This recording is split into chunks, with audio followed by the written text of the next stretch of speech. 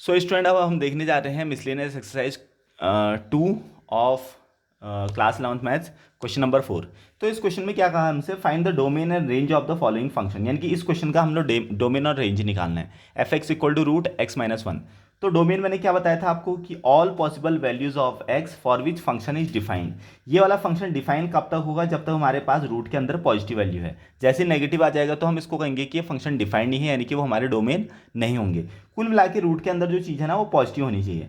तो अब ये रूट के अंदर क्या चीज़ है, x minus one. X minus one को हमको पॉजिटिव बनाना है तो इसको जीरो या जीरो से बड़ा होना चाहिए, तभी जाके पॉजिटिव कह सकते हैं हम उसको, है ना। तो जीरो और जीरो से बड़ा होना चाहिए एक्स माइनस वन को, तो इसको लिख सकते हैं x minus one is greater than और इक्वल टू जीरो।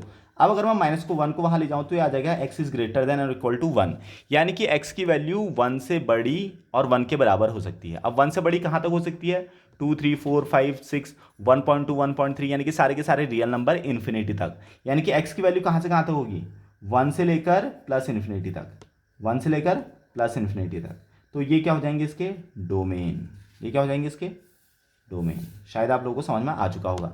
रूट के अंदर जो है नेगेटिव वैल्यू नहीं होनी चाहिए, हमेशा पॉजिटिव वैल्यू होनी चाहिए, उसी को ही डोमेन कहेंगे। तो एक्स माइनस वन मैंने रख दिया जीरो से बड़ा, तो वन को वहाँ भेजा तो एक्स की वैल्यू आ गई वन और वन से बड़ी। तो आपके डोमेन के आगे वन और वन से बड़ी वैल्यू, वन और वन से बड़ी वैल्यू, ये हो गया आपका डोमेन। सो स्टूडेंट अब देखते हैं इसकी रेंज क्या होगी। रेंज चले देखते हैं रेंज क्या होगी। रेंज क्या होती है, जो भी हमारे पास डोमेन है सबको मैं यहाँ पर पुट करूंगा और जो जो मेरे पास आंसर आएंगे वो रेंज होते हैं। तो पहले सबसे मिनिमम वैल्यू मैं पुट कर लेता हूँ। मिनिमम वैल्यू सबसे पहले मिनिमम क्या है, वन। अगर मैं यहाँ पर वन रखूँ तो one minus one f x की वैल्यू आ गई जीरो। टू रखूँ तो two minus one f x की वैल्यू आ गई वन।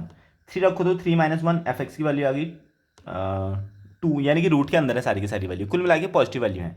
यानी कि मिनिमम आंसर मेरे पास आ रहा है जीरो, और उसके बाद धीरे धीरे धीरे धीरे मेरे पास पॉजिटिव आंसर आ रहे हैं। और कहाँ तक आ सकते हैं पॉजिटिव आंसर, इन्फिनिटी तक। तो इसके पास हमारे पास आंसर आ गया minus infinity to zero to infinity, zero to infinity. और जीरो पे आएगा हमारे पास क्लोज ब्रैकेट, क्योंकि जीरो भी यहाँ पर आ रहा है आंसर। तो जीरो टू इन्फिनिटी, और इन्फिनिटी पे कभी भी क्लोज ब्रैकेट होता नहीं है। तो ये आ गया इसके डोमेन और रेंज। सो स्टूडेंट अब देखते हैं question number 4। Find the domain and range of the following function, यानी कि फंक्शन आपका f x equal to modulus x minus one. तो देखिए फिर से डोमेन क्या होता है, all possible values of x for which function is defined. X की वो सारी वैल्यू जिसके लिए फंक्शन डिफाइंड हो। डिफाइंड हो यानी कि इमेजिनरी नहीं होना चाहिए, है ना, रियल होना चाहिए। तो मैं एक्स की जगह पर क्या क्या रख सकता हूँ, क्या क्या रख सकता हूँ, है ना। एक्स की जगह अगर मैं जीरो रखूँ तो मॉडुलस जीरो माइनस वन, यानी कि मॉडुलस का माइनस वन आ गया वन। मॉडुलस हमको पॉजिटिव वैल्यू देता ना, यानी कि मैं जीरो भी रख सकता हूँ, वन भी रख सकता हूँ, टू भी रख सकता हूँ, माइनस के भी रख सकता हूँ, पॉइंट भी रख सकता हूँ, कुछ भी रख सकता हूँ। क्योंकि कुछ ना कुछ आंसर तो आएगा ही आएगा, इमेजिनरी थोड़ा हो रहा है, रूट थोड़ा है मेरे पास, रूट नहीं है ना, खाली सिंपल नंबर है मॉडुलस के अंदर। तो मैं ऑल रियल नंबर रख सकता हूँ मैं एक्स के ऊपर, जिसके जिसके थ्रू मेरे को आंसर कुछ ना कुछ मिलेगा। आंसर मिलना चाहिए, चाहे वो नेगेटिव मिले, पॉजिटिव मिले, जीरो मिले, कुछ भी मिले, बस इमेजिनरी नहीं मिलना चाहिए। इमेजिनरी मिलते ही हम कहेंगे वो उस एक्स को मैं नहीं रख सकता। तो यानी कि मेरे पास डोमेन क्या हो गए, डोमेन क्या हो गए, डोमेन हो गए ऑल रियल नंबर। ठीक है, रियल नंबर, क्योंकि मैं एक्स के ऊपर कुछ भी रख सकता हूँ। जीरो रखा तब भी आंसर मिल रहा, टू रखा तब भी आंसर मिल रहा, कुछ ना कुछ आंसर मिल रहा है, डिफरेंट आंसर मिल रहे हैं, लेकिन आंसर मिल रहे हैं, है ना। अब देखो उसके बाद अगर मैं तुमसे रेंज पूछूं, रेंज, तो देखो मैंने जैसे एग्जांपल के लिए रेंज को मैंने रखा यहाँ पर, डोमेन को मैंने रखा जीरो। तो zero minus minus one, example यहाँ पर रफ काम कर रहा हूँ मैं, जैसे जीरो माइनस माइनस वन, इसको ओपन किया तो आंसर आ गया one. One minus one, answer आ गया जीरो, तब भी आंसर मिल रहा।